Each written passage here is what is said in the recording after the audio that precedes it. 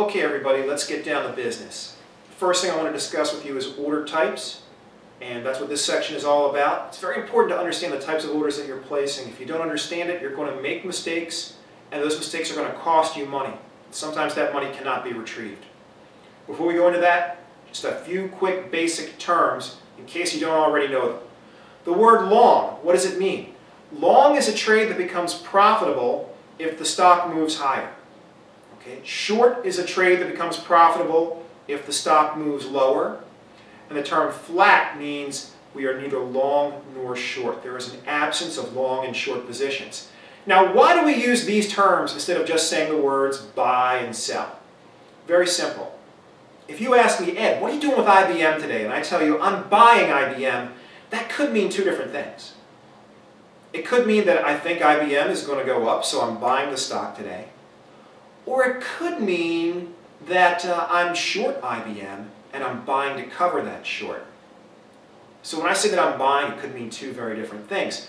But if I tell you that I'm long, it can only mean one thing, that I want IBM stock to go up. Now, the same thing with short. If I use the word sell, if you say, hey Ed, what are you doing with Cisco today? And I tell you, well, I'm going to sell Cisco, that could mean two different things. Maybe it means I bought Cisco last week and I'm going to sell it now, hopefully to take a profit. Or maybe it means I think Cisco is going to go down and I'm selling Cisco short. Those are two very different things. But if I tell you that I'm short Cisco, it can only mean one thing. It means I've placed a trade, and in order for that trade to become profitable, I want Cisco stock to go lower. Okay, so that's the basic terminology. And now let's get into some order types. You see, as I mentioned earlier, money is lost every day by traders who do not understand the implications of the orders that they're placing. Trading errors, also known as fat finger trades, they sometimes can be rectified. You might be able to call your broker, and every once in a while, if the broker perceives that it was unfair in some way to you, that you were treated unfairly, you might be able to get put back into a trade, or you might be able to get a trade busted, as we call it. But very often, that money cannot be retrieved. If you make a trading error, you're not owed anything. And sometimes they can be rectified, but most likely that money is gone. Okay? So if you don't understand your order types, you're much more likely to make one of those fat finger errors. And usually they can hurt you pretty badly. Some trading careers have actually ended because of this. So the first thing to understand, the bid-ask spread. Who are the bidders? They're would-be buyers. Who is the ask? The ask are the would-be sellers. And the difference between the two is the bid-ask spread. We just call it the spread. And the size of that spread is going to differ based on liquidity. If you have a lot of buyers and sellers, that stock is considered liquid. Okay, for example, the stock on the left here, you have a lot of buyers and a lot of sellers. And because of that, the spread is very tight. It's showing a spread of 1 penny. We call that a liquid stock. Look at all the buyers and sellers, and look at all the shares they want to buy and sell. Okay, it really adds up.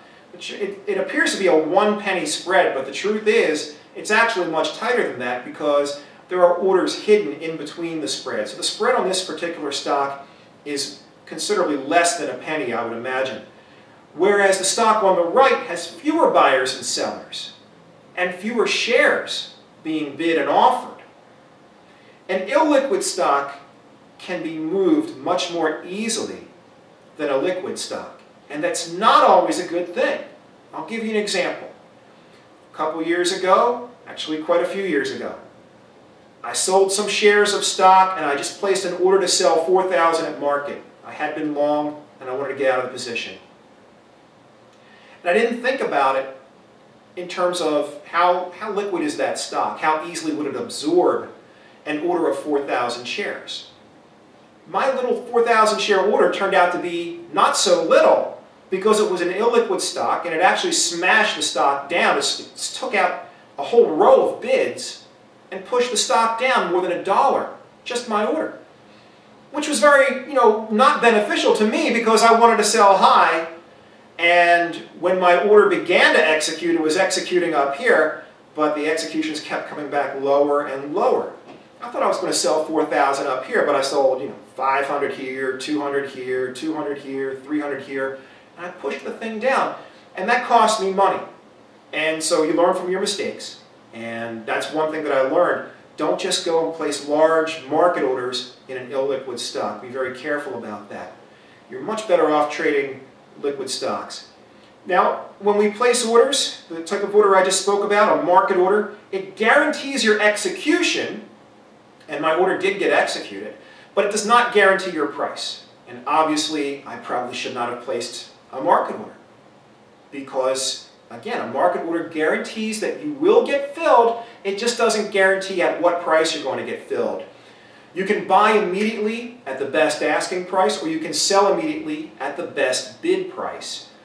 But please don't use market orders on illiquid stocks or stocks with a low average daily volume. Okay? Under those conditions, the spread widens and it's much easier to move the stock. So be very, very careful. It's much safer to use a market order on a high volume stock. Now on the level 2 screen, you've got your buyers on the left. Those are the would-be buyers, they're bidders, and you've got the sellers on the right. You might notice that all of their orders have a price attached to them. There's a reason for that. These are all limit orders. Okay, a market order does not have a price attached to it. It just executes at the market. But a limit order has a specific price. So all of these would-be buyers and would-be sellers are looking for their specific price on these trades. So on the left, on the bid, we have willing buyers, and when a stock is trading higher in the pre-market or after-market, we often say in the morning, hey, that stock's bid higher this morning. All right? And if you just want to sell to the highest bidder, we call that hitting the bid. So listen, I just wanted to get out, so I hit the bid, and I got out of the trade. Okay? That's on the bid side. Now on the ask side, or offer side, you have your willing sellers. And if a stock is down pre-market, we don't say that it's bid lower, we say that it's offered lower. That's the terminology that we use. And if you want to buy from that lowest offer, what we say is we're going to lift the offer. We're going to take it. And so that's called lifting the offer. That's when we buy from the lowest ask or the lowest offer. Now, what you're looking at now is called time and sales. These are all the actual orders that are being executed. Those are actual orders that are executing. So, if person A places an order to buy at market and person B places an order to sell at market, they get matched up in the system. It never appears on level 2, but it will appear in time and sales. And that's very useful because that tells you, look, if I'm going to place a market order on a highly liquid stock, I look at time and sales and I figure wherever it's actually trading, that's probably where I'm going to get executed, either at that price or close to that price. That covers market orders. What about limit orders? A limit order guarantees a specific price, but it does not guarantee that the order will be executed. Okay? It's an order to buy or sell at a specific price or better. What does that mean? Well, if I want to buy at this price, it means I can buy at this price or lower. That's better. It's better to buy lower, right? But if you're a seller, the opposite is true. They say, okay, I want to sell at this price. And it might allow you to sell even higher. And that's a better price. So we can limit the length of time that this order remains outstanding. Okay, it can be in there for a day. It can be good till canceled. For the most part, we're going to be using day orders in this course, by the way. Orders that will cancel themselves automatically at the end of the official trading day, not after hours. Okay, now, here we've placed a limit order to buy 500 shares of Costco at $98.50. You're going to see that that is slightly beneath where the market is trading. The market's trading slightly higher if you look at time and sales. But you can actually see our order sitting there. Do you see how it looks a little bit different from the other ones? We've got the green arrow pointing right at it. That's our order for Costco. So we can see it sitting there. We know if it's going to execute. And that's a good way to keep track of things. And this is a wonderful thing about these platforms today. You can actually see your order sitting in there in the system, and you can see if you're about to be executed or if you're nowhere near being executed. Now, again, for the purpose of this course, we're talking about day orders. Pre-market and after hours are kind of the Wild West. I'm not saying you should never trade, but if you're a newbie, definitely you want to avoid pre-market or after hours trading. If you do decide that you want to get involved in after hours or pre-market trading on very small share size. The reason is, a lot of the things that are there to protect you, a lot of the rules that protect you during the normal trading day are not available to you in the pre-market or after-hours trading. It's like going to a foreign country, right? You go to a different country and the laws are different, the rules are different, and maybe you don't have the same rights that you have at home. The same thing is true with pre-market trading and after-hours trading. It's kind of the Wild West out there, so I want you to be very, very careful placing those orders, or try to avoid them completely. Now, we're going to talk about protection using stop orders. In this case, we're going to talk about a stop market order. It's a protection against loss. Think of it as an insurance policy. You want to limit your loss to a certain amount. A stop market, right, when the order price is traded, the trader is taken out of the position at the market price. So if the market's trading here, and I've got my stop down here, price comes down, trades at the stop price, boom, my stop is now a market order. What does that mean? It means I don't know exactly what price I'm going to get filled, but I know that I'm not going to be in this trade once that order is activated. And that's a good feeling, right? You don't want to hold on to the trade if it's going against you. And so that is the safest form of stop loss when it comes to placing actual stop orders. But a stop market order can also be used as an entry order. We'll get into that in a few minutes. But right now, let's focus on protection. Why do we use a stop market order for protection as opposed to a stop limit order? Well, a stop limit order, right, once that order price is traded, a limit order is activated. And as you know, a limit order guarantees price but not execution. So you could very well find yourself in a position that is still falling, even though you have a stop, right? The price, it just didn't fill at your price, and therefore you were not able to get out of the trade. And so even though you placed the stop, you're still in a bad position. Has it ever happened to me? Sure. I've made every mistake that you can imagine in trading, but I'm still standing here, and that's why I don't want you to make those same mistakes. So when you're using stop orders as protection, do not use stop limit orders. I don't mind if you use them for an entry, but when you're using them as protection, use stop market. You're just better off knowing that you're going to get out of the trade. Now, in this case, in the system, I'm showing you a limit buy order, which you can see highlighted in green, and I tend to highlight all my entries in green. You'll see as the course goes on, but this is inside the platform now. We have an order to buy, a limit order to buy, but I also have my stop. I'm going to highlight that in red. I also have my stop in place here too, and I've got it all set up in the system ready to go. Okay, and that's a great feeling. I love having everything set up, laid out in front of me in a very orderly fashion. You know, you don't want to have to think twice about what you're doing, because a lot of times there's a lot of money involved in these trades. Now let's look at the same trade, right? We still have our entry, same price, all right? And you can see the stop is still there, highlighted in red, all right? But this time we've also added a target price, and the target's going to come up in blue. Now, if you look at this, right, it says buy 500 shares, and there are 2 orders to sell 500 shares. Does that mean that we're going to sell 1,000 shares? No, because both of those sell orders cannot execute. One will execute and cancel the other. It's called an OCO order. One cancels the other, and that's something we're going to talk about a great deal today. Okay. Now, stop entry versus limit entry. All right. Now we're not talking about protection. Now we're talking about getting in. This is very, very confusing for a lot of traders. Should they get in using a limit order or a stop order to enter the trade? To determine the answer, just look at the current price. Okay, if you want to go long above the current price, you need to use a buy stop order. Why would anyone want to do that? Maybe you want the price to break above resistance. Maybe you're saying, I'm not going to buy stock XYZ unless it can break above resistance. If it does that, then I'll get long. That's a buy stop order. But if the price is here and you want to buy it lower, that's a buy limit order. Okay? What if you want to go short above the current price? If you want to short above the current price, that's a sell limit order. But if you want to short it under the current price, that's a sell stop order.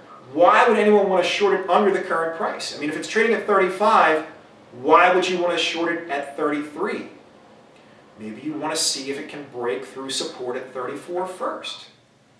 And that's very common trading strategy in going long when the price breaks resistance or going short when the price breaks support. So when you're placing a buy stop or a sell stop order, what you're really saying is, stop, don't fill my order yet. I don't want a better price. I want to enter when my price is reached. That's when I want to enter.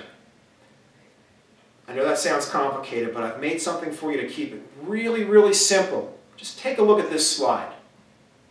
In white, I have the current price, longs on the left, shorts on the right.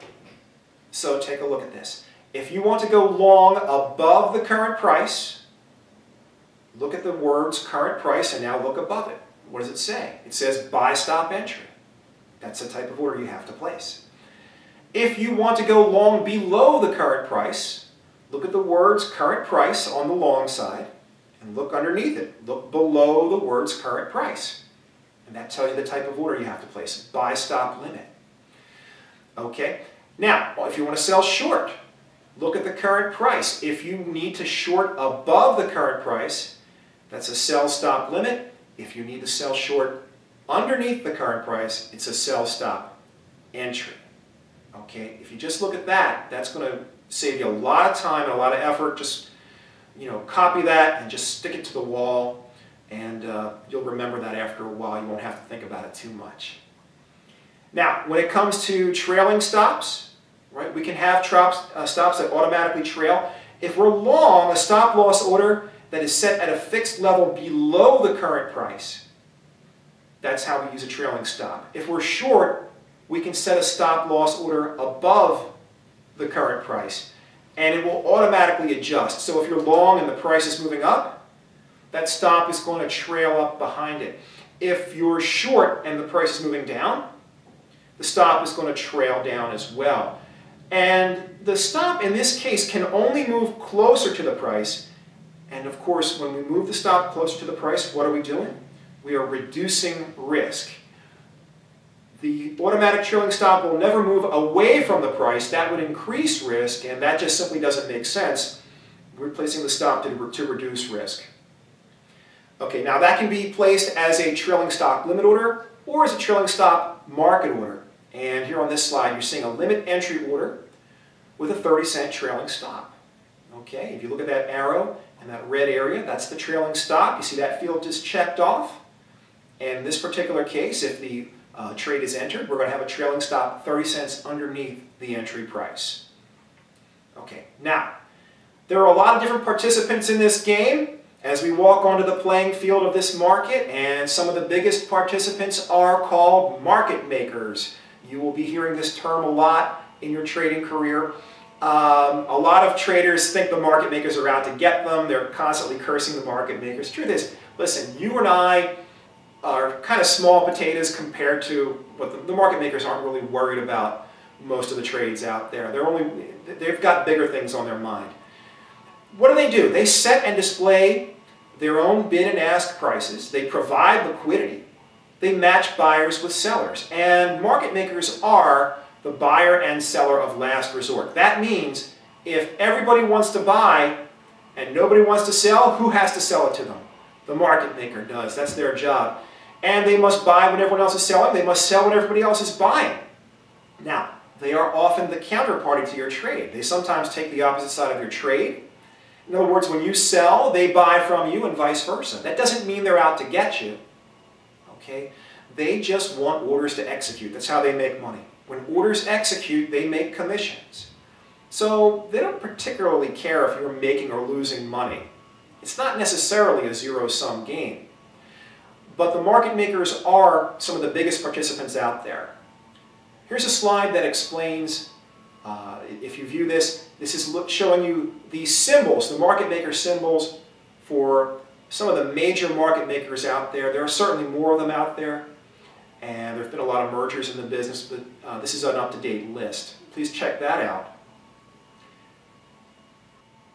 Okay, now we're going to take a look at the level 2 screen, and you can see a lot of these market makers are not necessarily close to the price. Look at the time in sales, and now look at the prices that the market makers are displaying for their bid and ask.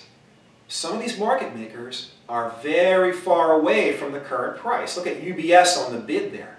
They're very far away from the price. Look at Goldman Sachs there on the offer, very far away from the price. What are these guys doing? What are these market makers doing? Well, as a market maker, they have a responsibility to trade a certain number of shares, and if they've met that responsibility, there are times when they might not really want to be involved. You could be looking at a limit order that's probably not going to be executed anytime soon, if at all. That doesn't mean the market makers are not involved in the market. Oh no. The market makers very well could be involved through ECNs. And what is an ECN? That's an electronic communication network.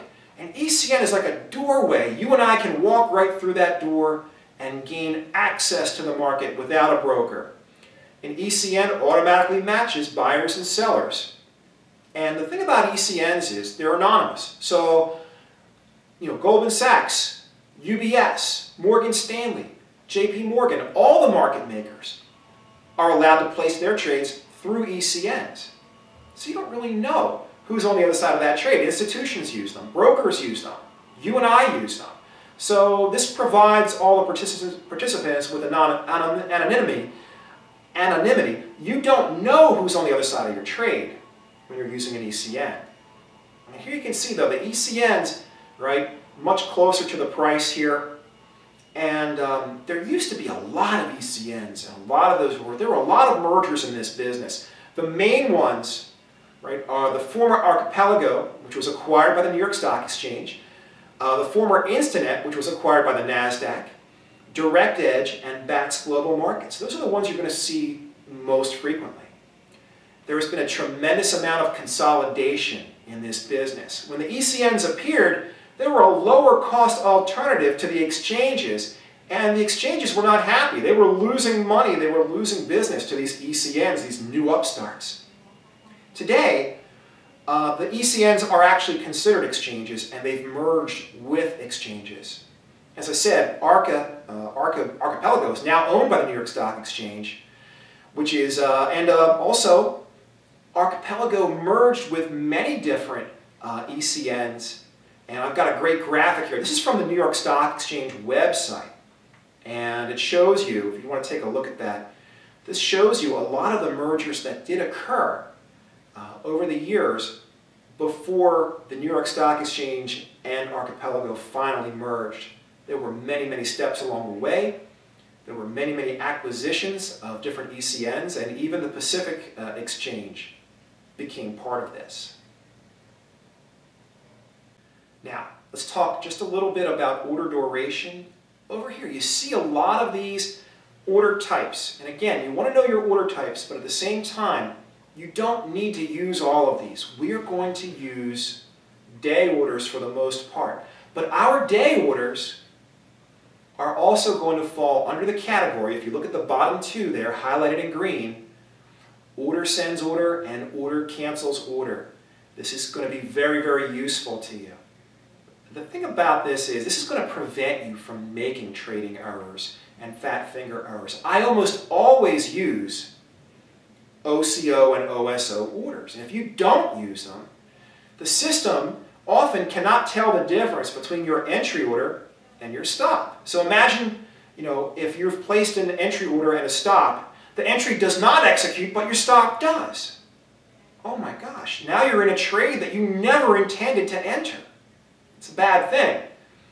But we can avoid that. If you're using one cancels other or one sends other, the system understands that your stop is not to be executed, that it is contingent upon your entry executing first. That's going to keep you out of a lot of bad trades, so I highly recommend that you use OCO, OSO orders.